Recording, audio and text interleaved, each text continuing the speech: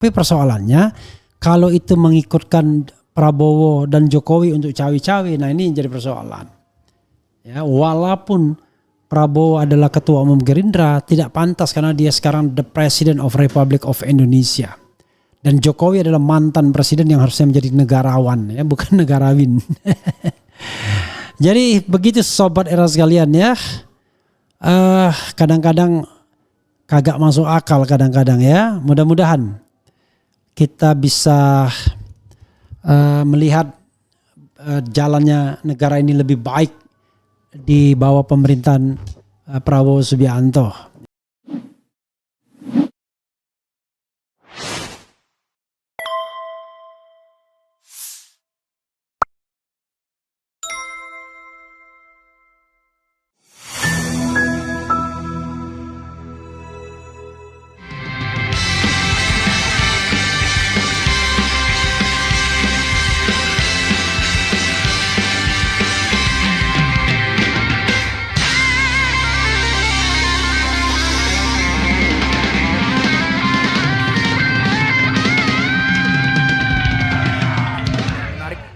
Perhatian itu adalah Prabowo yang tiba-tiba hadir di acara Hari Guru dan memberikan pernyataan di apa tuh istilahnya meningkatkan upah ya 6,5%. Nah itu dibaca secara politisnya adalah Prabowo itu ingin mengambil hati para guru kalau misalkan nanti Pilgub Jakarta berjalan 2 putaran itu guru-guru bisa memilih Ridwan Kamil dan Suswono. Pun hal yang sama para buruh yang upahnya dinaikkan oleh Prabowo tanda kutip itu bisa memilih Ridwan Kamil dan Suswono. Jadi sudah ada istilahnya cipta kondisi lah, cipta kondisi kalau misalkan berandai nanti Pilgub ini berjalan 2 putaran begitu. Nah, Prabowo memang sangat concern di Jakarta.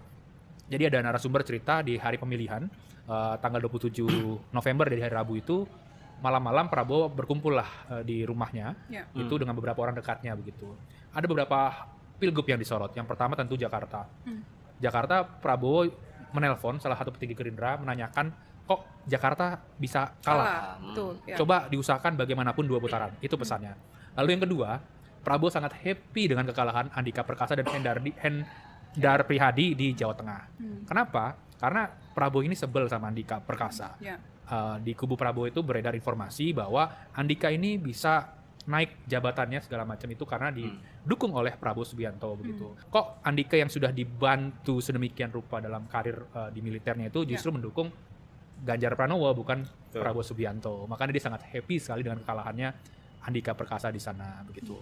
Ya, ngomongin soal Jakarta juga kan waktu itu. Jakarta tadi kan yang singgung soal putaran itu. Artinya ketika dia menyampaikan soal Jakarta, dia memerintahkan untuk skenario 2 putaran. Betul, skenario 2 putaran. Makanya kan berjalan tuh. Setelah itu ada petinggi Gerindra yang berbicara di publik bahwa Pilgub Jakarta 2 putaran. Lalu langsung narasinya kencang. Lalu juga tadi yang Hari Guru, Hari Buruh dan seterusnya.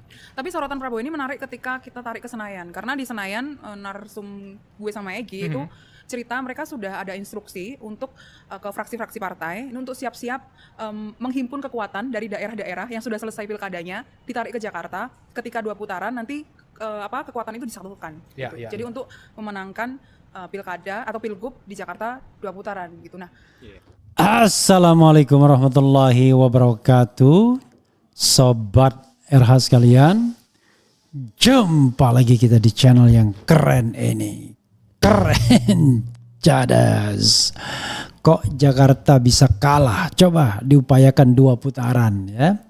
Itu spill bocor halus terhadap pernyataan dari Prabowo ya, tentu dari sumber yang kredibel ya. Jadi sahabat daerah sekalian, kita ingat beberapa hari yang lalu ada pertemuan Prabowo Jokowi kedua kalinya setelah Jokowi lengser, pertemuan kangen-kangenan dan lain sebagainya. Tetapi banyak yang menduga pertemuan tersebut terkait dengan Pilkada Jakarta. Ada pertemuan juga kan antara Muzani dengan Sekjen Gerindra dengan Jokowi lagi. Jadi ya tadi barangkali sama-sama penasaran kalau di daerah lain sukses, kok Jakarta bisa kalah? Padahal Jakarta adalah barometer rasionalitas. Jadi kalau Anda menang di daerah lain dengan curang, jangan bangga. Ya. Tapi kalau bisa nundukkan ke Jakarta tanpa money politics, itu hebat. Ya. Artinya masyarakat yang genuine, yang melek politik, ya sudah memilih tidak kepada kartel politik. Jadi sobat era sekalian, soal kartel politik ini bekerja di mana-mana ya. Yang kita namakan sebagai Kimplas itu kan kartel politik sesungguhnya. Jadi ada kalau konteksnya di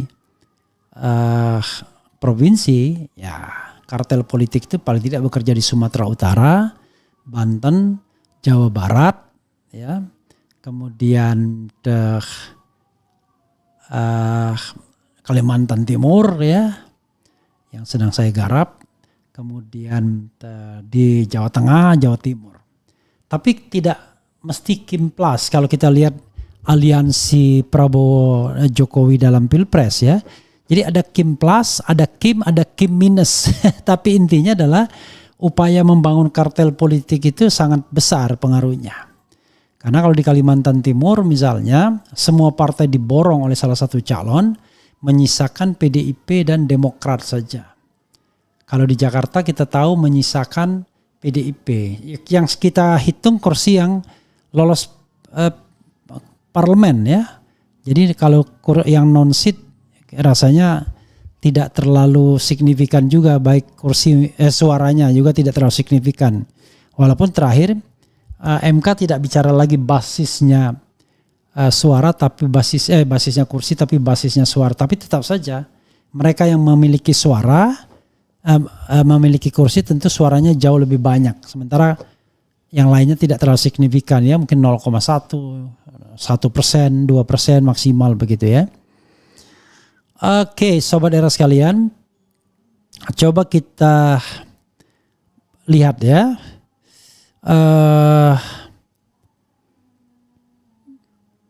Pertemuan Jokowi Prabowo bahas skenario pilkada 2 putaran, urusan kekuasaan bukan soal bangsa ya. Jadi kok Jakarta bisa kalah? Coba diusahakan 2 putaran. Jadi itu saja tidak konsisten omongan Prabowo di Mukernas ya, Munas Partai Amanat Nasional, yang jelas-jelas mengatakan udahlah kalau soal pilkada serahkan sajalah, nggak usah ikut-ikutan begitu. Ternyata dia belajar dari guru politiknya yang bernama Mulyono bahwa cawe-cawe itu penting untuk menjaga kelangsungan kekuasaan ya. Oke. Pertemuan Jokowi Prabowo bahas skenario pilkada 2 putaran, urusan kekuasaan bukan soal bangsa. Pertemuan Presiden RI Prabowo Subianto dengan bekas Presiden Joko Widodo, Jokowi bukan sekedar pertemuan biasa.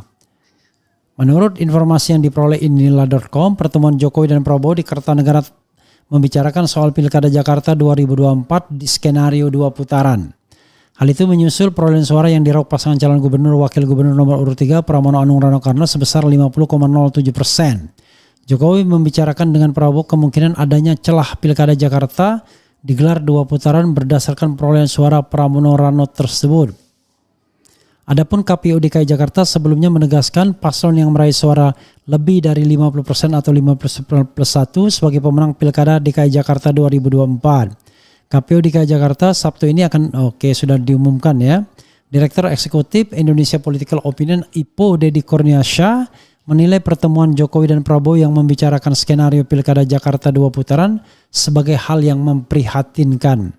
Jika pembahasan soal Pilkada itu benar adanya, ini tentu memprihatinkan karena itu tentu urusan kekuasaan praktis bukan soal bangsa dan negara, kata Deddy saat dihubungi Indila.com di Jakarta Sabtu. Jangan lupa Suswono pernah jadi Menteri Pertanian. Bisa saja dia diganti ya. Kemudian masuklah Kaisang ya. Atau jangan lupa bahwa Ridwan Kamil bisa disebut-sebut sebagai Menteri PUPR, maka Suswono jadi gubernur, maka wakil gubernurnya Kaisang. Itu skenario yang pernah dibicarakan termasuk di Jawa Tengah ya. Menurut dia, Prabowo seharusnya berdaulat dan tidak lagi terlibat dalam politik praktis yang dapat mengganggu kestabilan pemerintahan. Pemerintahan akan terganggu jika Presiden masih ikut intervensi kepentingan politik praktis, ucap Deddy. Ia juga menyebut pertemuan intens Prabowo dan Jokowi kental dengan urusan personal dibandingkan soal kepentingan bersama. Karena presiden terdahulu masih ada Megawati dan SBY, Susilo Bambang Yudhoyono, tetapi hanya Jokowi yang secara rutin masih ditemui, kata Dedi. Sebelumnya Jokowi menemui Prabowo di kediamannya Jalan Kertanegara, Jakarta, Jumat malam lalu ya. Jokowi mengenakan batik warna biru, keluar dari rumah Prabowo pukul 21.04 WIB. Prabowo yang berbatik coklat dengan motif parang turut mendampingi berjalan. Ya, Jokowi selama ini sebagai kader PDIP, ia pernah diusung PDIP sebagai wali kota Solo, gubernur DKI Jakarta, dan sebagai presiden RI. Namun Sekjen PDIP Hasto Kristianto dalam jumpa pers di Jakarta Rabu lalu mengumumkan Jokowi dan keluarganya, yaitu Wakil Presiden Gibran Raka Buming Raka dan Bobi Nasution, bukan kader PDIP dan tak lagi menjadi bagian dari PDIP. Dalam kurun waktu sekitar 2 bulan ini, Jokowi juga diketahui telah bertemu dengan Prabowo sejak Prabowo resmi dilantik sebagai Presiden RI pada 20 Oktober 2024 lalu. Kita lihat ya, memang kalau kita mau jujur Sobat Era sekalian, perbedaan suara tuh tipis sekali ya. Jadi tipis banget. Karena tipis itulah maka kemudian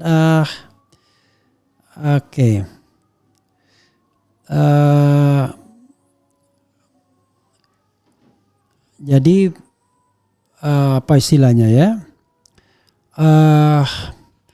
karena dia tipis banget maka wajar kemudian digugat ya. Tetapi persoalannya kalau itu mengikutkan Prabowo dan Jokowi untuk cawe-cawe, nah ini jadi persoalan. Ya, walaupun Prabowo adalah ketua umum Gerindra, tidak pantas karena dia sekarang the President of Republic of Indonesia.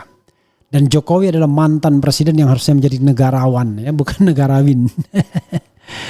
Jadi begitu Sobat Era sekalian ya. Kadang-kadang kagak masuk akal kadang-kadang ya. Mudah-mudahan kita bisa melihat jalannya negara ini lebih baik di bawah pemerintahan Prabowo Subianto ya, biar tidak kita khawatir terus menerus ya. Coba kita bacakan komentar Sobat RH sekalian. Apa ini tanda-tanda bakal jadi Suriah? Ya enggak lah, enggak malu itu merebut kemenangan orang. Rungkat Sarmin Mulyono bapak cawe-cawe curang. Setelah Jokowi dipecat PDIP, Jokowi berharap bisa masuk Gerindra sebab Golkar pecah dalam dan mengalami kekalahan total di Pilkada. Bung Refli tolong singgung harga minyak telur melambung. Gimana ini pemerintah baru? Ya gimana? Apakah orangnya Jokowi kalah di Jakarta? Kemudian akan berbahaya kalau ada skenario busuk 2 putaran, bisa terjadi demo besar-besaran. Lawan dengan segala kebijakan hukum, apakah negara ini negara hukum? Apakah kalah minta pilihan lagi? PDI menang di Jogja, kartel politik dari Kim Plus memang tidak mau dikalahkan, apalagi kalau sudah merangkul partai coklat. Ya. Banten, Jakarta, Jateng, Jatim, Sumut sudah ditarget minimal sama dengan hasil Pilpres 58%. Kalau daerah yang lain saya sudah duga mereka menang, tapi di Banten aneh hasilnya karena Airin kuat di survei 60%. Sekalian saja se-Indonesia pilkada kemarin Kim Plus yang keok nggak diulang sekalian. Ngomong apa loh di bawah Surya ngawur. Si Mulyono sedang buat opini pengalian isu agar kasus-kasusnya terabaikan. Hari ini ditindaklanjuti Saiful Muzani ketemu Mulyono di Solo. Diskusi para penjahat demokrasi negara karena harus haus kekuasaan. Oh, Saiful Muzani? Masa sih Saiful Muzani ketemu Mulyono? Tolong Pak Mul istighfarlah sudah tuh. Oke. Musyawarah mufakat menurut DPR dan Presiden, hak angket dan ganti pimpinan Polri bin TNI ya. Bahas mutasi besar-besaran di TNI dan Polri Bung Refli dan kelanjutan penangkapan Bandar Judol ya. Politik Indonesia jangan bawa-bawa negara lain ya. Saya percaya Pak Prabowo tidak seperti yang dituduhkan. Ya percaya atau berharap. Kadang-kadang kita bilang saya percaya tapi sesungguhnya berharap.